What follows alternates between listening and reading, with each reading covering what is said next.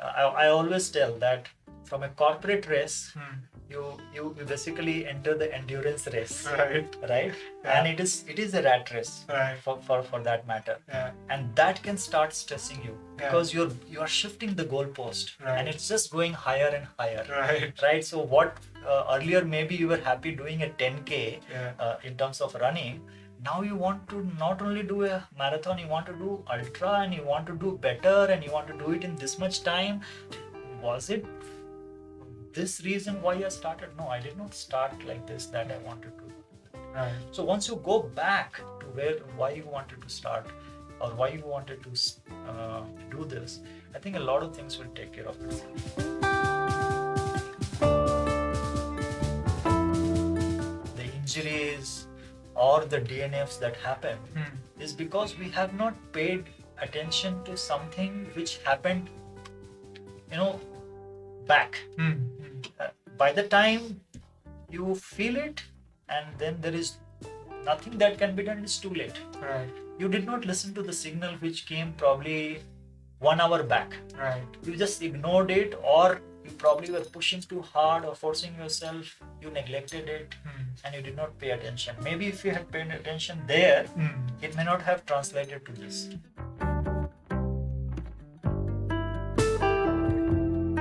I am Baiki Venki, and this is the Working Athlete Podcast. Here, I talk to working athletes from all walks of life and experts from various sports to provide you with inspiration, training tips, time management, and lifestyle advice. If this is something that interests you, please make sure you subscribe to this channel so that you don't miss any future episodes. Today's guest is an ultra runner, fitness and running coach, as well as a life coach. He has run multiple ultras and 24-hour runs, as well as running the length and breadth of India. With his latest venture, Ideal World, Life and Wellness Course and Talks, he aims to help people and companies dealing with inner and outer worlds in a very effective way. His name is Dharmendra Kumar. Welcome to the Working Athlete Podcast, Dharma. It's a pleasure having you here. Thank you so much, Venki. My pleasure as well. Yeah. So let us start by talking about your new Ideal World, what it is about, and how people can approach you. Sure. So this started last year.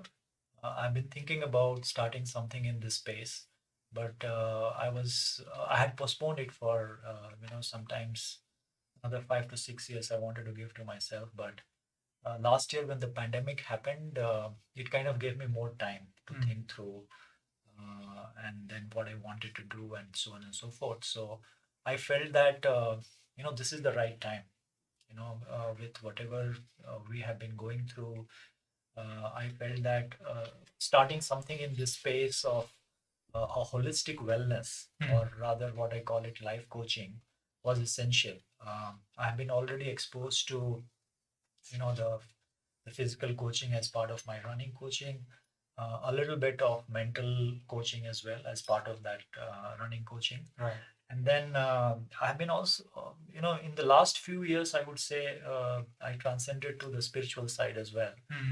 So I kind of brought it all together. Okay. And tried to create something of my own. Of course, there are a lot of life coaches that exist today, a lot of ideas, a lot of paths in terms of what people have taken.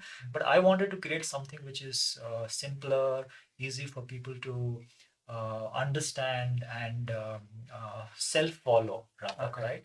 So I took some time, kind of brainstormed, you know, at home, all Right. alone, basically, and try to gather my thoughts. And I created this platform called Ideal World, which is coming from a premise that we don't live in an ideal world. Everybody wishes for the ideal world, that we want things to go in a certain way. Things should be like this. It should happen based on what I think, and all of that.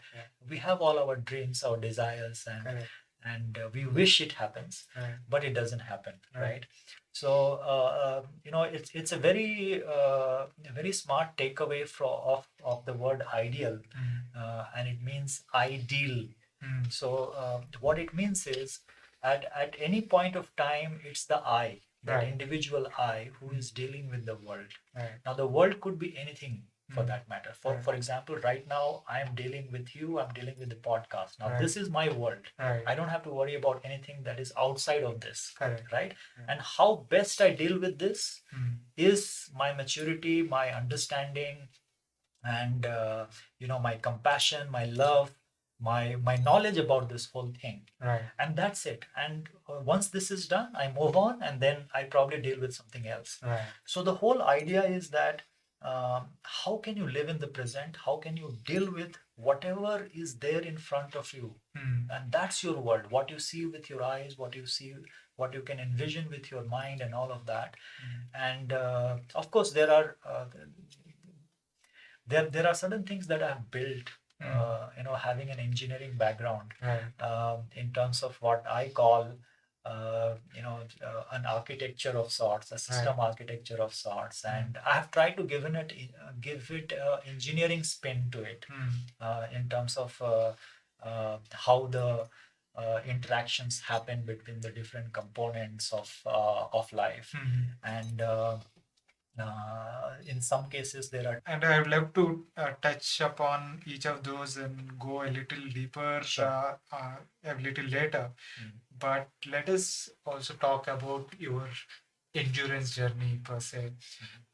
When did you get into running? Yeah. As such. So running, I started in 2009. I read about, at that point of time, the Sunfist 10K in Bangalore, which is now the TCS 10K. Okay. I read about it in the papers that some 20,000 runners are going to be running that race. Right. Overall, and I was thinking to myself that, first of all, I was like, why so many people? I mean, I've never heard of such a event, or I mean, when it used to be that kind of a number, it was usually more of an audience, whether you go to watch a cricket match or a Right. football match. But here there are so many people participating, Right.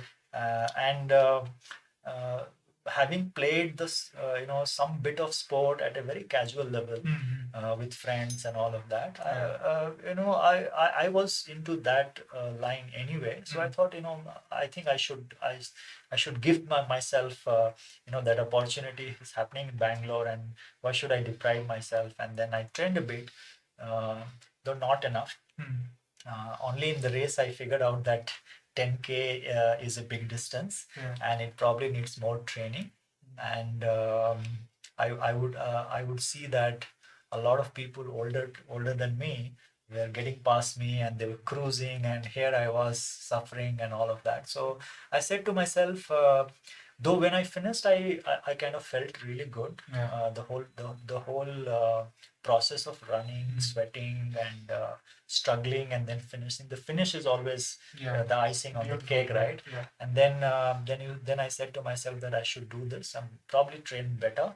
And like how it usually happens, you feel that there is a year to go, and then you wake up again at the 11th hour.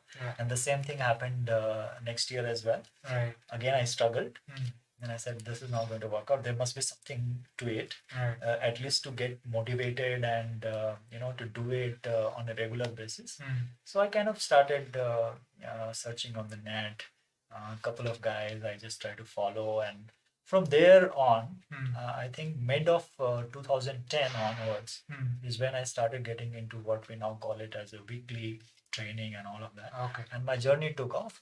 And then were you working at this point? No, I had left my job in 2010. Okay. Yeah, so almost at this similar time, I left my job mid of 2010, and that gave me a kind of a good amount of time to do all this. Right. And I think it just from that 10 kilometer, it was just went from strength to strength, right? So the whole experience of training on a weekly basis, Hmm. I think that's what generated that interest. Okay. And then I ended up doing a marathon Hmm. without doing a half. Hmm. I said, if you have to do it, why not do the big one, and why take the step, right? Right.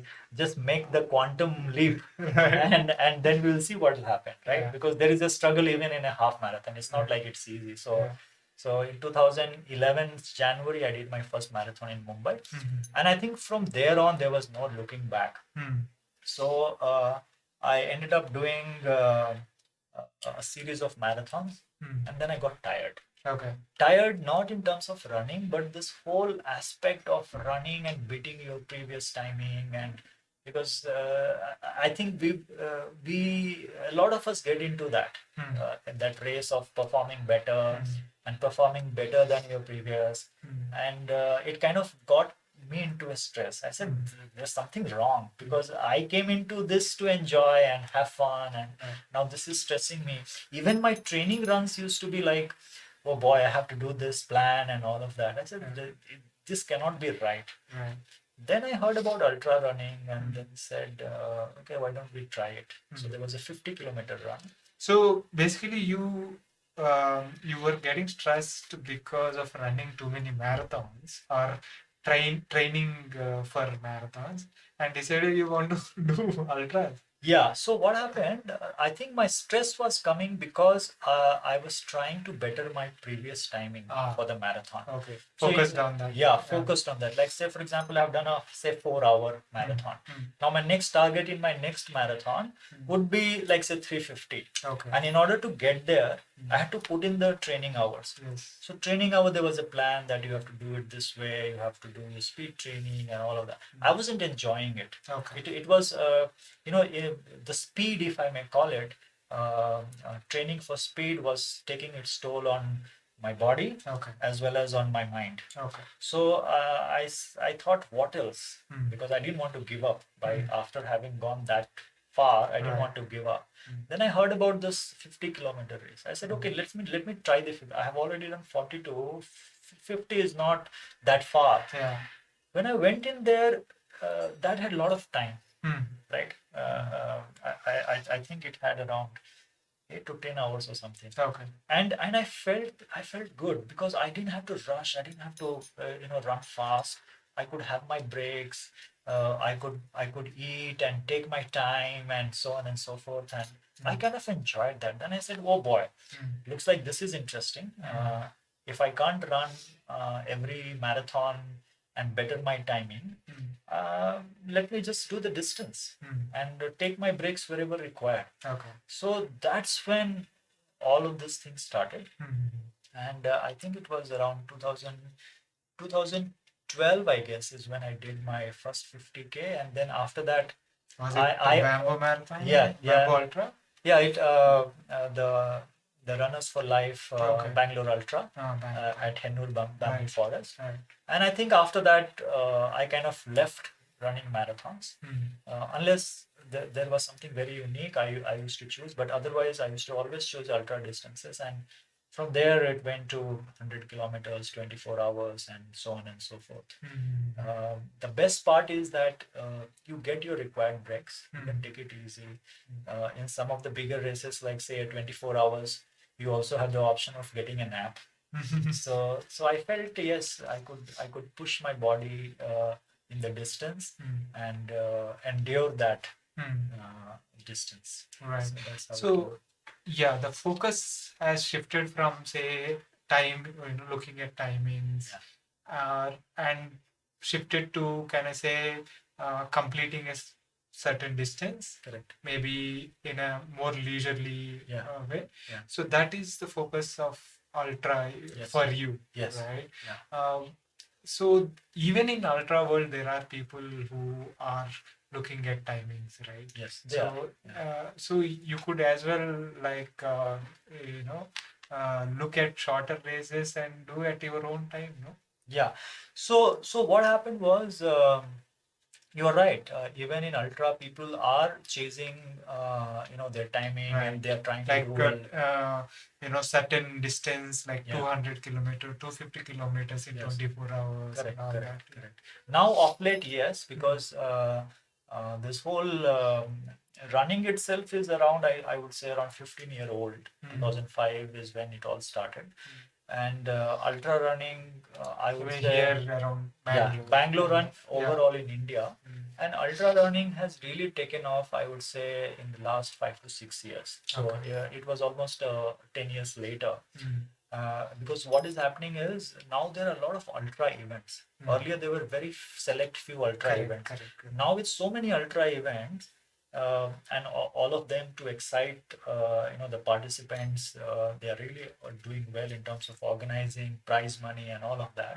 So what it has done is it has enabled some of the good runners who are probably doing a good marathon time come into ultra.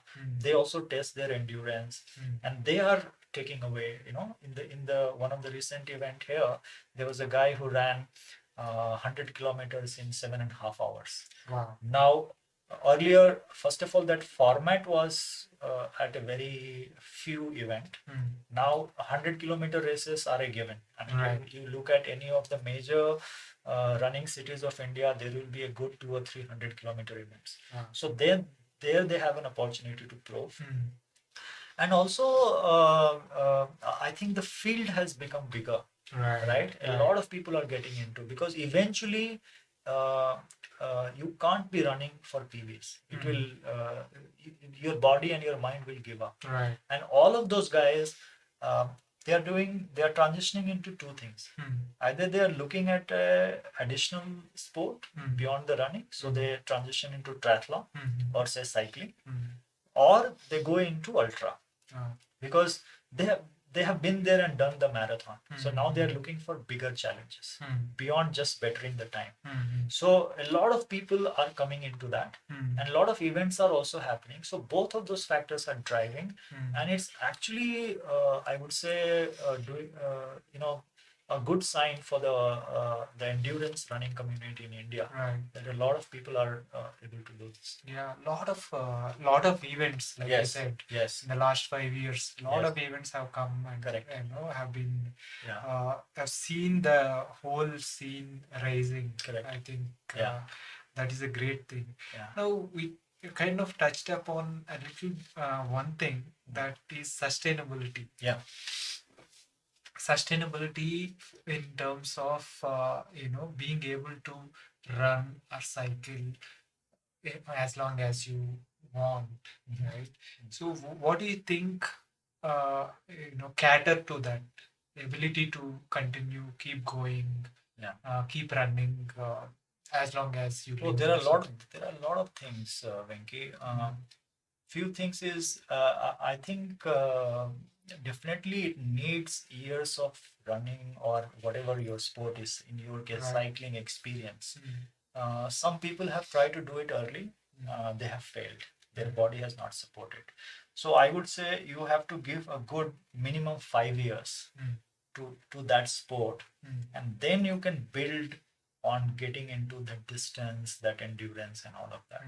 A lot of people today are doing it, say, in the first year.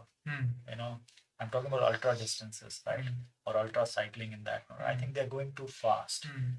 Some of them are able to, scrape through because probably they have the build and they have the endurance. But a lot of people are not able to, and they are leaving the sport. I feel they are doing too soon. Definitely, you need to give a good 4 to 5 years of regular running or cycling or swimming for that matter, and then take it a notch higher. Then your body will support you. So one is the physical endurance, that your body, see, the mind, we all say that most of the endurance sport is a mind game, right? But it's very easy to convince the mind in most cases. There are instances when it's difficult, Right. but in most cases, uh, it's very easy, like it happens in a moment. Hmm. But the body will not go unless it is trained for it. Right. You still have to put in the miles. Right. For example, somebody wants to run a marathon. That decision is easy. Okay, you decide to run a marathon. Right. You desire, you want, you are looking at everything that the marathon has to offer. Right. But in order for your body to be prepared, Hmm. you will need that 6 months, 1 year, whatever the duration is. Right. And that's what people are not giving. Hmm. For a ultra running or a ultra cycling, it's even more. Hmm. So 2 years, 3 years, 4 years, 5 years, you have to be doing continuously. You know, you have to put in your weekly mileage, and then make sure that yes, my body can take that stress. Hmm. Otherwise, you will be injured. Right. You will start hating the sport. Hmm. More importantly, so that is one, Hmm. that once we have to give the time. Right. The other very important factor is fueling. Hmm. Right, in terms of what your diet is, Hmm. and also in terms of how you are managing your hydration as well. Right. Very, very, very important. Hmm. It's just not the food, but also the hydration. uh, you have to be aware in terms of whatever I would say a nutritionist knows, Hmm. a dietitian knows. Right. You have to know it. Hmm. You might work with somebody, Hmm. but over a period of time, You have to gain that knowledge. has to come to you. Right. Because in the race, you have planned everything, but suddenly, because of conditions, things go different. Right. Now you will not have that support Right. from dietitian. You can't call them during Right. the race. Right. So you should know whether you should go for that protein shake, Hmm. or you should get in more carbs, Hmm. and whether you want to take your gel, or you want to do whatever is required. Right. A lot of people have had upset tummies, Right. as part of the races like Correct. that. Correct. So you have to know the science. If you really want to do well, Hmm. right, you have to really know the science of eating, the Right. science of hydration and all of that. Hmm.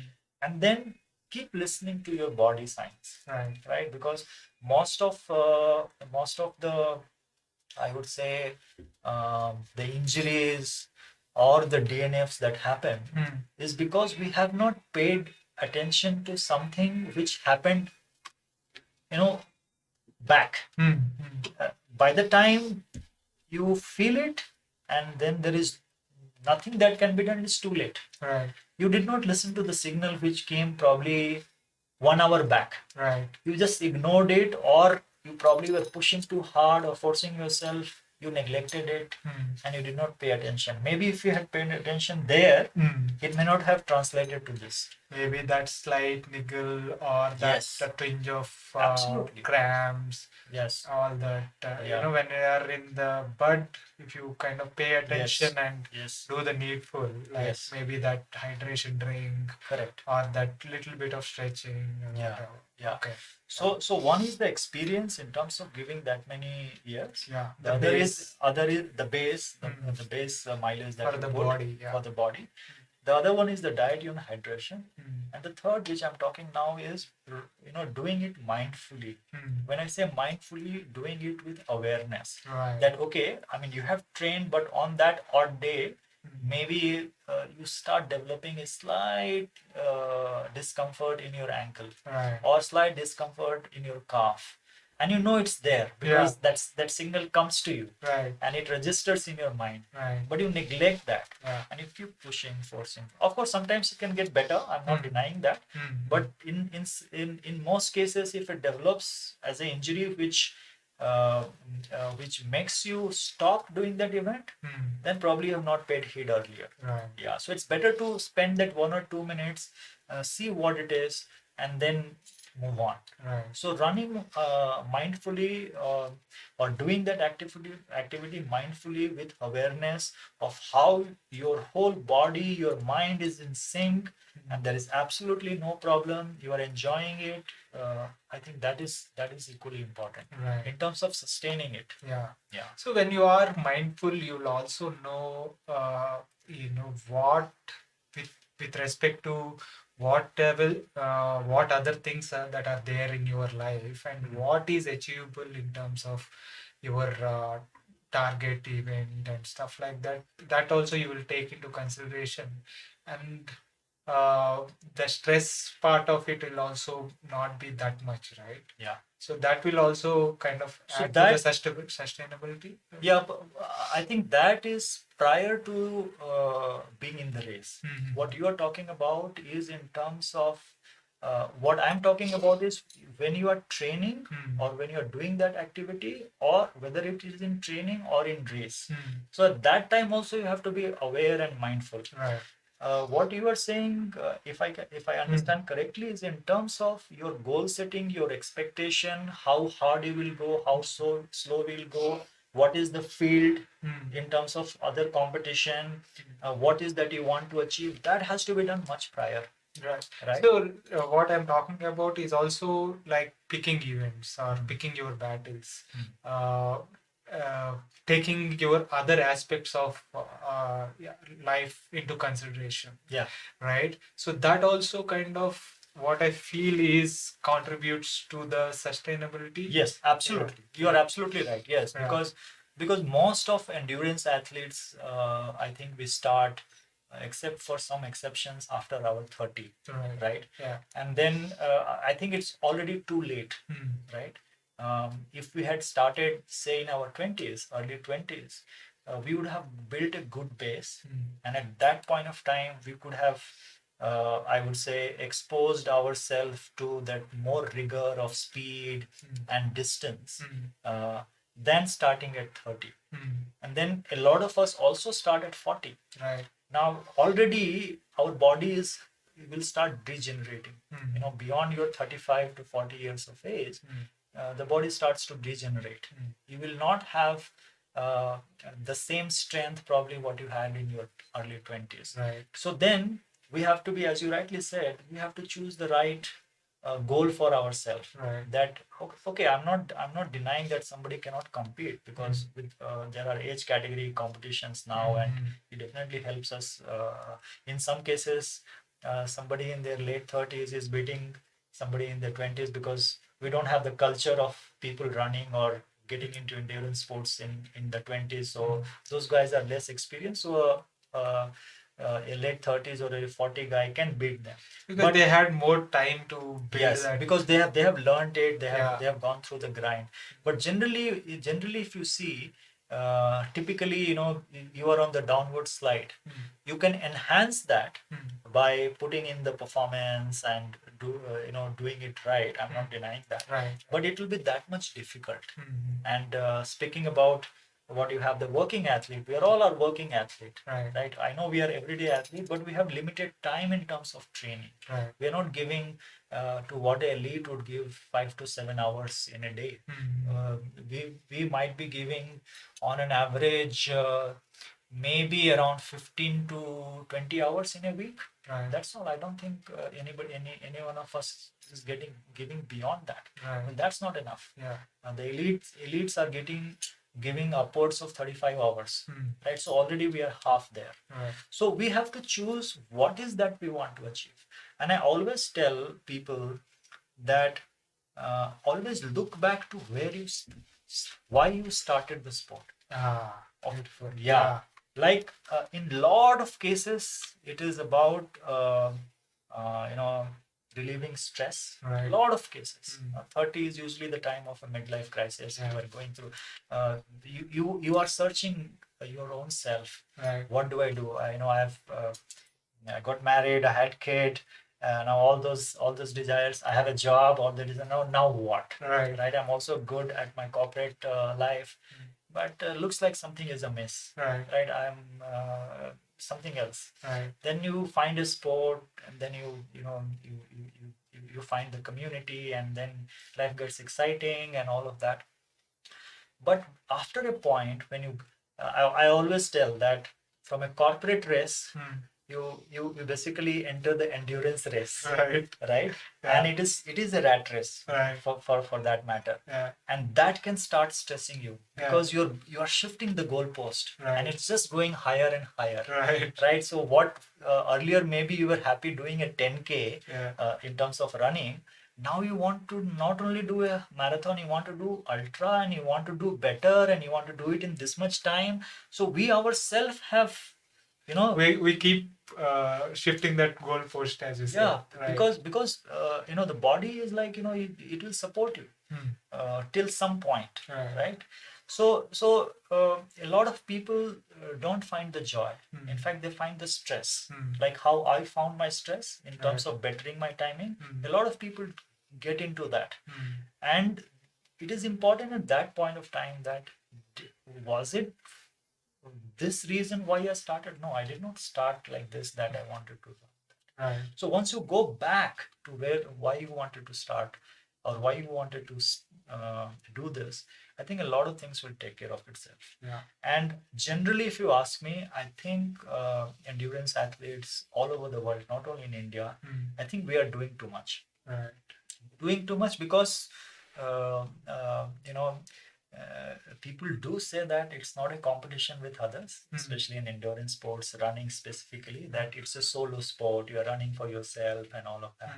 But let me tell you, it is a competition. And at the back of the head, we are competing with others. Yeah, comparing the timing and everything, following our competition and seeing what others are doing, and getting stressed or motivated because of that. Strava and all of that, right? So this community, yes, in a way it motivates you, it keeps you on your toes, but hidden within that motivation and the inspiration is also the stress, because suddenly you have a certain time for the marathon and you see somebody else doing better. So you say that, okay, looks like I need to push. Right. I need to get there, right? Yeah. So that also comes with the stress. In fact, I tell people that even though endurance sport is a solo sport where you're not competing with others in an ideal scenario, but with yourself, no, don't even compete with yourself. Because even when you are having your own goalpost being shifted, because you are pushing yourself, that's also a stress. So you do the activity without any performance related criteria. For example, I love running, so I will just run. I'm not necessarily running for a timing or a distance. Today I don't feel like running, I don't go to run. It should be that way. It should not be that, okay, why didn't I miss my workout? Looks like I'll not achieve my goal. No, there is no goal as such. You are doing the activity because you enjoy while you do it. While you don't do it, don't get stressed about it. Yeah, that is important. Why we that question about thinking about why I started it in the first place. Yeah. So for my in my case, it was about my health. I was overweight and I was sick all the time, and I wanted to do something that kind of takes care of that aspect, that health, right? And over a period of time, I kind of found new joys with racing and all that. But whenever I am stressed or I am down, I don't feel like doing it, I ask myself that question: why did I start it? Yeah. And it was health, and it is still true now that I need to be healthy. Yeah. And it helps whatever activity I'm doing, cycling or running. Correct. Cycling help in my case helps me stay healthy. Correct. And stay fit. Yeah. So that is where I go to and say, okay, it doesn't matter. I need to get it done. Absolutely. So, yeah. Absolutely. Right. And I think for a lot of us, whatever we set out to do that activity for, we have already achieved that goal long back. Right. Now we have, like we said, shifted the goalpost. I'm not saying it's wrong, but while doing that, if you are feeling the happiness, if you are feeling the joy, go ahead and do it. Yeah. But if you're feeling the stress, then it's time to go back to the drawing board, assess, and see where you are going wrong. Yeah. Is it your lack of motivation? Is it that, or you have onboarded too much? Right. Because there is this thing about doing too much of the exercise or the endurance sport that you are doing. And I think too much is kind of a bigger issue than doing less. Yeah, that point about you saying, looking at yourself and seeing, are you having fun or are you stressed? Correct. Right? That is Yeah. important. Going after new goals, Yeah. if that is what gives you joy, Yeah. for me it does, Mm. right? Mm. I want to, we have this BBCH time trial that happens every year. I think the first time I hit 40 kmph was in 2014 or something, and I was accelerated. Yes. But I want to do more. Correct. 41 kmph, Yes. 42 kmph. I'm like, Yes. Yes. okay, I'm looking at someone else or my own speed. That is what gives me, drives me, Correct. motivates me. Yeah. Then it is fine. Yes. But if it is stressing you out and you are not looking forward to the workouts or riding itself, Yeah. then that is that is not working, and you Yeah. have to go back to the drawing board and look at what's going wrong, right? Yeah. So So the goal also, whatever you are shifting, Mm. has to be exciting you in the first place. Yeah. Like I'm talking about true excitement. Yeah. Not that somebody else did it and that becomes my goal. Right. So the goal in terms of self that I spoke to about has to be exciting. That okay, Right. now I did 40 as you said, I want to do 41, 42, and I think it will be nice if I can crack that barrier, right? Right. So that is exciting. Right. Your face lights up, your soul lights up, and all of that. Yeah. That is one. The second thing is while you are training for it, you are enjoying that process also. Exactly. And more importantly, when you are racing, you are enjoying that because you always wanted to do this. Right. Now you're in the race, Yeah. and you are with all the energies and all of that, and you are enjoying it. Yeah. But a lot of us, and you can make out Right. because the faces tell the story, Right, right? right. The body tells the story, Yeah. and you can see them when they are struggling. Right. Of course, I'm not saying that it's a big race. People will struggle sometimes, but most of the time you see that they are struggling. Their body language is not good. There is no smile on the face while they are doing that activity. Right. So you can assess it very quickly as an outsider that they are not enjoying the race. Right. So that aspect, that and mindset of enjoying the process, right? Yeah. Because the training runs or the training rides are going to be the meat of the entire thing. Correct. Although you are training for a race, Yeah. for an event, Yeah. that event will last say Few 4 hours or Yeah. whatever. Yeah. But the training lasts month. Hours and hours and days, months, sometimes years. Yeah. So you got to enjoy that process and not just fixate on that final outcome. Yeah, I and think it- that is and- very important. Yeah, you are absolutely right. I think the process of training is what is, a thing for joy. Right. And when I say training, it's just not training per se. Yeah. It could be meeting your buddies. A lot of time after the training is when the real fun starts. Oh, yeah. Whether it is the breakfast Oh, yeah. or the chatter that we do or the stories that we'll tell each Yeah, other, yeah, or probably it could be a leisurely drive. It may not Right. be. It may not be just Yeah. just the strenuous exercise. Right. The community that you build. In your case, going to the store is exciting Right. because you see all these gadgets Yeah, and yeah, new yeah. things, and okay, I need to buy this. Oh, such a thing exists. I never knew this. Right. You could do this. Oh, how do you do this? Yeah. So that is also exciting, Yeah. and people have to enjoy that process also. The as social part of- aspect of the Yeah, sport yeah. is very important Yeah, as well. yeah. Awesome, awesome. So let us talk a little bit about your runs, mind-numbingly long runs. You once did a run charting the path that what Guru Nanak Yes. did. Yes. So talk us a little bit about that. How long was it? How many days and all that? Sure. So I always say this, that a lot of us, we decide our goal on a whim. I mean, there is no logic to it, whether it is running a marathon or doing an ultra marathon. I mean, nobody can prove me or anybody that why one does that. Right. It just comes in the moment, and you feel that okay, probably if I do that, it will be nice. Right. Most importantly, I will feel nice, and then it is something that you can share it with others, and hopefully in your community, your friends and family will feel nice. So I always say that most of my running decisions have been on a whim. Okay. Right from 2009 when I started, it was a whim. Mm. I was not prepared for it. I have never. I mean, I used to play other sport, but running 10 kilometer at a stretch is a different ball game, Alright. and it just happened on a whim. Mm. Similarly, all my other running decisions happened on a whim, Mm. and this specific one, which happened in 2009, was also on a whim. I read 2019? 2019 is when I Yeah. did this. Mm. Yeah. So 2018 Mm. is when I planned this actually. Okay. So during the So the whim happened in 2018. 2018, yes. Okay. Yeah. So as part of the Guru Nanak Jayanti, Mm-hmm. I read about. I was in my home state Bihar. Okay. Okay. And Guru Nanak is the first guru and the main guru or the guru. Mm.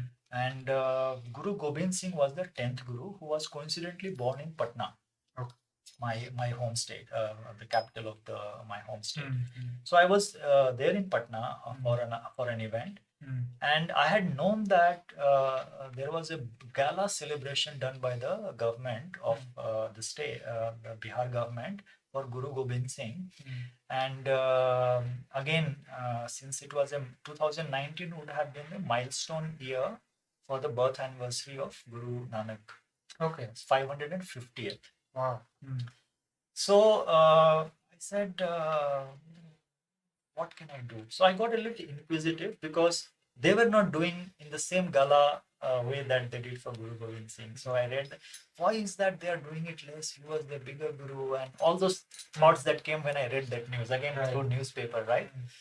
Then I went to the net and I searched more about him, what has been his life, and it was very interesting. Wikipedia, I kind of brought it up and started reading, and in that it mentioned about his travels, which is called Udasis. Okay. And there was a map which kind of just drew his path where all he has traveled, and he is considered to be the world's second most traveled person after Ibn Battuta, the explorer. So that was surprising that a religious man, a religious guru has traveled more than an explorer. He was not an explorer, but in order to spread and understand, he traveled all around. So that got me a little fascinated. So I started learning more about his travels. And that picture stayed in my mind. Okay. So when I finished the event, came back to Bangalore, that map of India with those paths started coming in my thoughts, my dreams, and all of that. Right. I said, I have to do something about this. Because at that point of time, a very crazy idea came. It will be really nice if I can run along this path. Okay.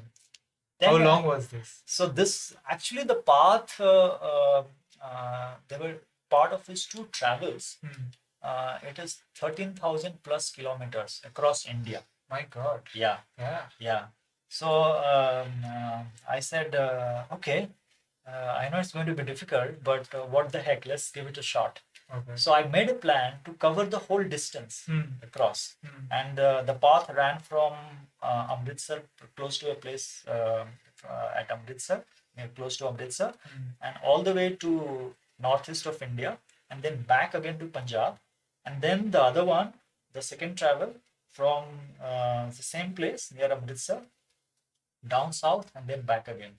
So this two travels is 13,000 plus kilometers. Right. I said, okay, I'll give myself 6 months, 7 months, and I'll just set out there. And I had to, I think, do an average of close to 55 kilometer per day. Okay. Which was not bad because you also had so much time to do it, right? I started in March. March 17th is when I started, and I think for the first week, because the excitement was there and all of that, I ended up doing an average of 67 per day. Okay. And I was well within my target of 55. But I think after that, after I reached Delhi, is when things started, because I wanted to do it in a grand way with sponsors, partners, with a big crew. Unfortunately, I could not raise money. I ended up doing it all by myself, my own money, my own little crew, and it's very difficult to do when you have to worry about your running, your route, your food, your planning, where to stay, and all of that. Right. So that started taking toll on me because my mind space was going into planning all these things and my Right. running was getting compromised. Mm. So then I started losing my daily mileage and all of that. And then when I reached Allahabad, I also fell sick Okay. because I was eating on the highway, whatever was there, right? Right. So I'm running on the highway. I see a dhaba. I feel okay. Now it looks like it's time for breakfast. I go and have something. Okay, I see a sugarcane juice. I have that. So I was accustomed to do it. Right. Earlier also I used to do that. But I think something went wrong somewhere, and I had an upset tummy, Right. and I had to be stationed only in Allahabad for 3 days. Okay. So I lost considerable time. In fact, I started thinking how far I could go because this has happened too early in the run journey. But I think I gave myself time, and then I had made peace with myself that I'm not going to get to a point where I can run this whole thing. Right. So whatever I can run, I think that will be nice. I don't want to give up the trip.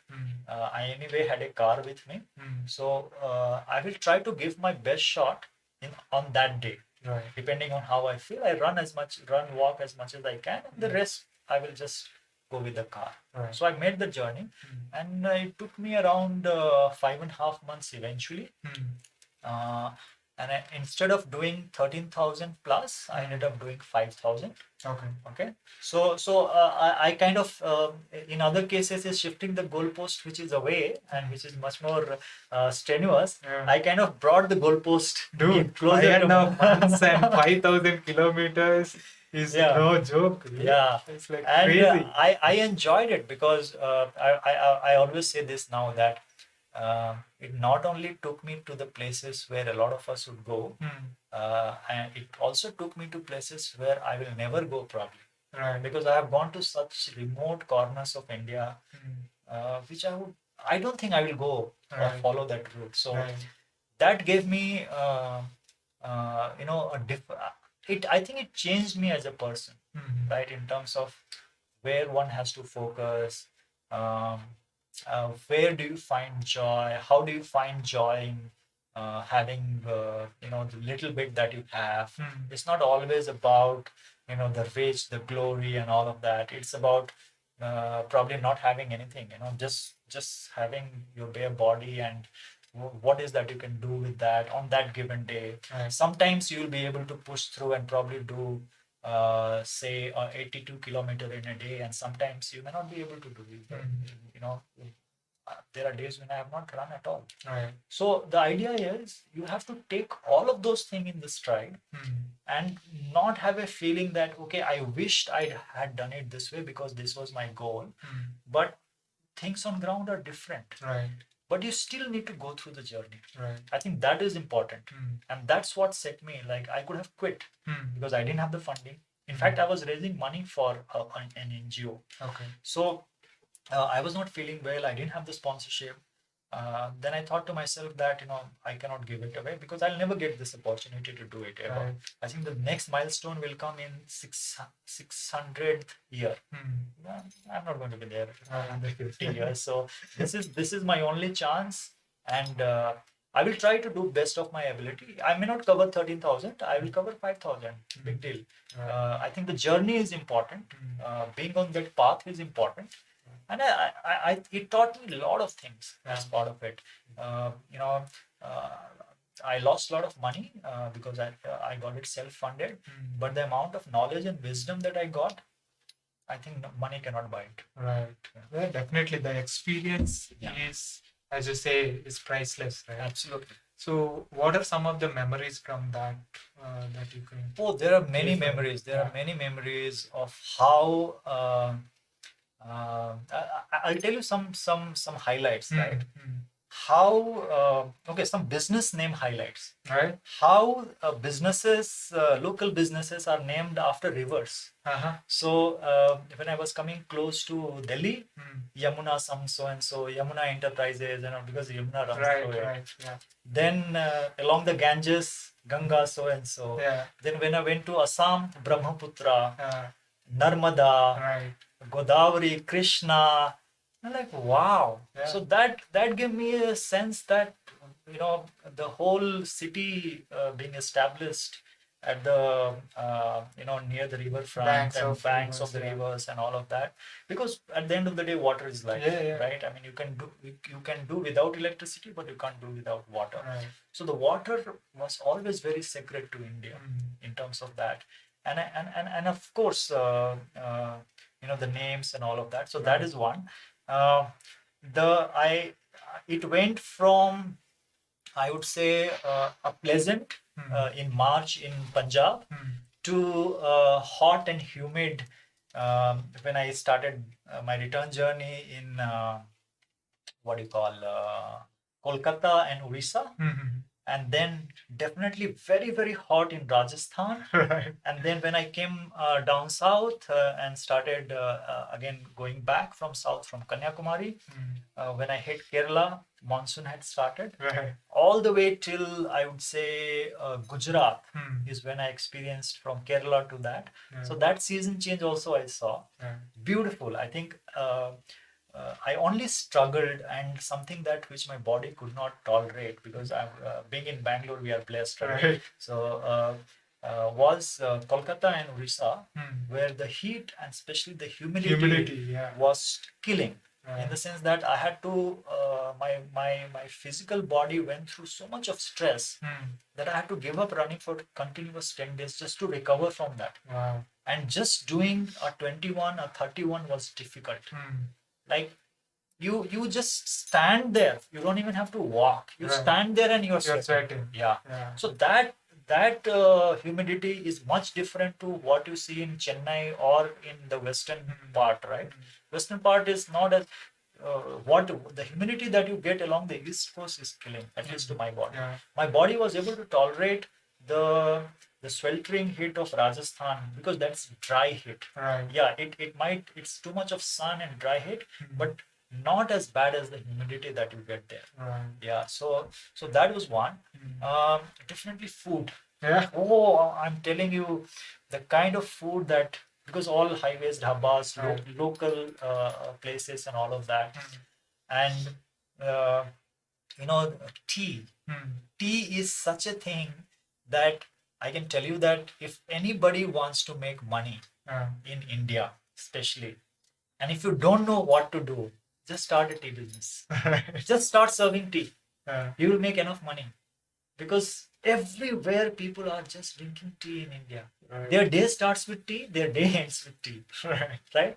So it's not coffee, by the way. Yeah. Of course, a lot of coffee joints in Bangalore and other cities. Right. But tea is what gets India going, literally. Yeah. Right? Yeah. And some funny incidents on the road, where people start offering me rides on the bike and in the car and all that. And okay, why are you? Hey, you don't have anything. Come, I'll drop you. I'll drop you. Then I'm also going. People have chased me for a good kilometer and trying to convince me. I said, don't try to, break my religion. I want to walk and run as much as possible. And the language. I mean, I think if I have one regret in terms of not knowing much of the Indian language, it was during that, because I felt that I could connect with them. I could talk, share about my journey much better if I knew the language. Okay. Of course, Hindi is, I think, quite, I would say, widespread, a lot of people. But I felt a lot of time Still that so many languages. so many languages. Yeah. Couple of places, especially in the North Belt, it was easy for me to tell a lot of things, because I have to say to them, right? And then there is a different connect. Little bit I knew, like I know little bit, just to get my way. Assamese, Bengali, then Malayalam little bit. So then suddenly you see that people connect you a little differently, especially if you go to the the joints, the restaurants, and you say few words. Right. That's enough. Yeah. Your service will be completely different. Correct. And the food, I'm telling you. Yeah. So I have my favorites, by the way. Yeah. Some states where I would love to go. Yeah. And What are those? Definitely, I enjoyed the food in Tamil Nadu. Okay. Yeah. Yeah. At least to my palate and my taste, everywhere through the state of Tamil Nadu, I got good food, Right. because that was my fuel, right?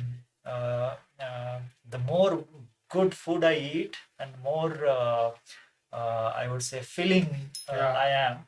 That used to be.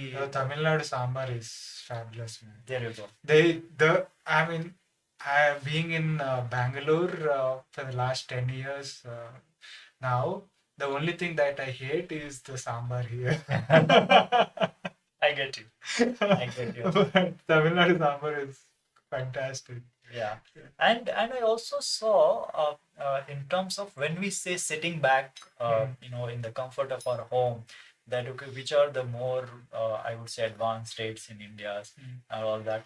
I think I have my preferences there in terms of how I saw it. Right. Overall, right? In terms of how aware people are.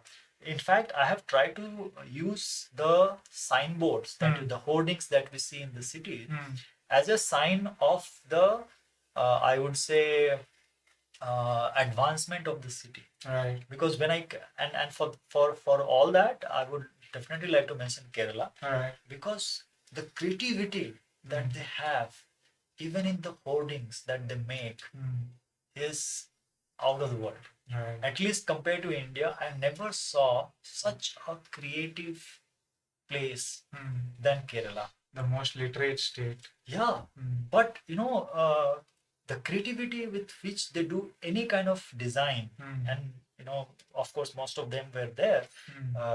Even to the extent of using the fonts, whether it could be the name of the shops, or it could be hoarding, political hoarding, or it could be for a movie and all of that. It's different. Right. I mean, you have to give it to the guys. I mean, no qualms about that. Right. So lot of learnings like that. And then other thing that I would like to mention is, there were some stretches along the way where I really enjoyed my run. Right. Yeah. So all across basically, but there are some highlights which are there in my mind. Like there was, the most western part of India, which was in Gujarat, which I think one could stand there and see the border. Lakhpat was the place, which is the last point of India. After that, the Gulf starts and all of that. So that stretch, I mean, nobody can imagine, but it is a beautiful stretch. I really enjoyed my run there. Then there was, in Karnataka, from Badami to, um, I think, Bijapur stretch. That stretch was also very beautiful. Right. Over a period of time, what I realized was, instead of doing the national highway, it's better to do the state highway. Right. Primarily because national highways are devoid of the trees. Right. Right. They are good for vehicular traffic, but for somebody who's walking and running, they are not good. Yeah, because there's hardly any shade. Right? And invariably, state highways or small roads, used to be much better with lots of trees and all of that. Correct. So when I used to, what I had decided was to move from city to city. So I used to deliberately, later on, after I realized this, choose a route using Google Maps, right, which was going through state highway or smaller roads. And I always found it to be much more greener, much more. The roads were good to large extent in most part of India. Yeah. So that was an insight as well. Awesome. Yeah. And you did something within Bihar as well as, so Behatar Bihar or something? Yeah. So what I have done, and just to highlight this, why am I doing this? Over a period of time, I've got tired of running, even just running an ultra. Right. I participate in very less races, maybe one or two races. I try to take, or rather create runs on my own, something like what I did with this 2019 run. In the similar way, to give back to my home state, Bihar. I thought, what can I do for that? Right. And I have also launched my own NGO, and we are trying to do some work there. But being from the state, I haven't spent time in the state. So I thought, first let me travel around. Right. So I made an itinerary where I visited all the 38 districts. It's a small state after the partition to Jharkhand. It is area-wise, it has become small. but still there are 38 38 districts. districts, Wow. because the district is based on the population, Mm. and it's still a very heavily populated state. Mm. So they have carved out 38 districts. Right. So I made an itinerary where I went through all the All the 38 districts? all the districts. I made it a point to run a half marathon in each of this district, and then I of course had a car and a crew, and we went for I think I did it across 19 days, Okay. and we went across and we filmed in terms of what is the culture, what is the landmark. And I myself, first of all, wanted to see, Experience that. experience it, because I have not traveled. Right. Beyond the Ganges, on the north side of the Ganges, I have not traveled. Right. So I took that as an opportunity. And then now, I created a brand, or rather a campaign called Behatar Bihar, which is like a better Bihar. Right. And I intend to do a lot of social activities as part of that campaign. And I also, whatever we filmed, we are making a small documentary. Right. Because I feel that like other states, a lot of we don't even know our own states. It's not That just is true, actually. Yeah, it's not just true for me, for my a lot own of state, us. or Yeah. even in, for example, we're staying in Bangalore, but I don't think we have seen the whole of Karnataka. Yeah, How yeah. beautiful, or what culture, what is the history, Yeah. all of that. We haven't seen it. Right. And then see, I'm not saying that we should not travel, but if we can take out time and try to cover this, because there is beauty in all of these districts, in small places. Right. And the more we travel closer to home, no, Mhm. I think the better it will be for everybody else. Awesome. Yeah. Yeah. That's fantastic. That's fantastic. So let us talk a little bit about, again, going back to the ideal world, right? Yeah. So what do you think are uh, things that people can do to take care of self? Sure. Right? Yeah. That self aspect of, you talked about self compassion. Yeah. And also things like sleep and all Yeah. these are very important. So what are some of the things that people can do to take care of their self aspect of it, and Sure. improve their quality of it? Yeah. So as such, there are three sides to it, right? The first one is the physical side, where a lot of it is related to your fuel or the food, right? Whatever, you have to be conscious of what you are putting inside your mouth. I'm not saying that everybody has to lead a particular diet. No, of course you can gradually get there, depending on what one is doing, what your aspirations are. Right. But you have to do it consciously, right? That is the first thing, because the physical body is uh, to large extent, of course there are other aspect, is a large extent of the food that we eat. Right. They becomes the cell eventually, as part of it, right? So we should definitely pay importance to our diet. That's the first thing. In fact, when you say self, I have a very beautiful acronym for self. Okay, and it starts with something which is very easy. Sleep. Sleep. Yes. Okay. So the S in self is sleep. Right. Okay, we have to give ourselves that much, whatever is required based on your activity. So people say that 7 hours and all of that, but for people like you and me who are into endurance, it has to be more actually. Right. Because we are putting our body into that much of stress. So we need more hours of sleep. Right. It has to be 8 hours, 8.5, 9 hours in some cases for ultra athletes like you and me. Right. So sleep has to be there. If you are not giving enough sleep, you are compromising on your body physical performance, both in terms of performance and also in its susceptibility of injuries. Right. So that is very important. Okay, that's number one. E comes for exercise. So definitely you have to take this body for a walk, run, cycle, play some sport, whatever it is. It doesn't have to be only these three activities. you have to move basically, right? So that is exercise. And when I say move, not necessarily while moving indoors and doing other activities, it has to be a continuous movement, whether it is a play for half an hour, 45 minutes, or whatever. You have to take it to a point where you are sweating. You should get the sweat, you should feel the sweat, you should enjoy the sweat. That's when your heart rate goes up and all of that. So exercise is definitely part of it.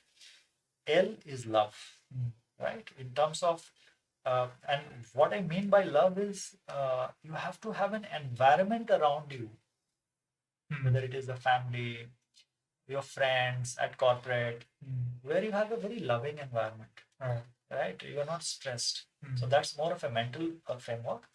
And the F is food, which we already discussed.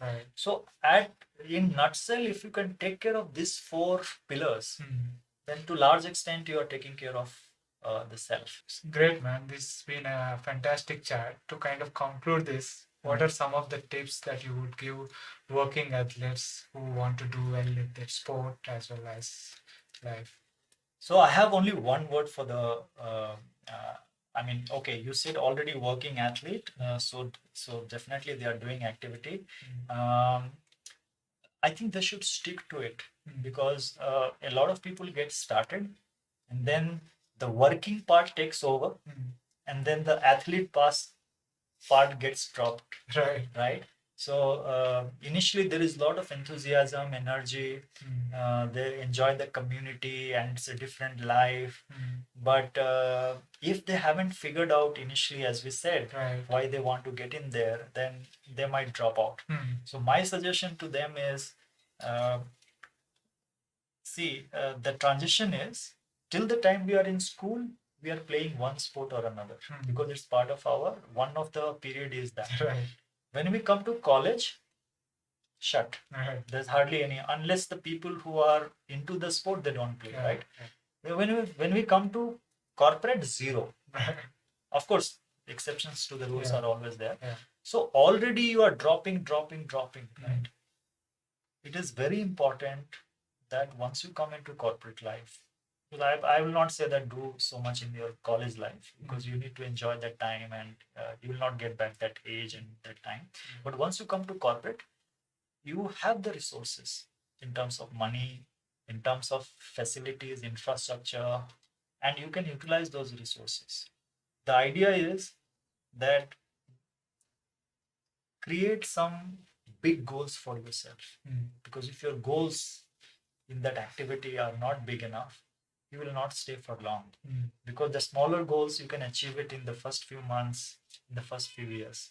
For you to sustain, you have to probably pick, like say, in terms of a parlance, I'm saying that you have to climb the Mount Everest, because that goal will keep taking you, taking you. People should definitely set up big, ambitious goal for themselves, uh, and then pursue it, and um, they should make it a play.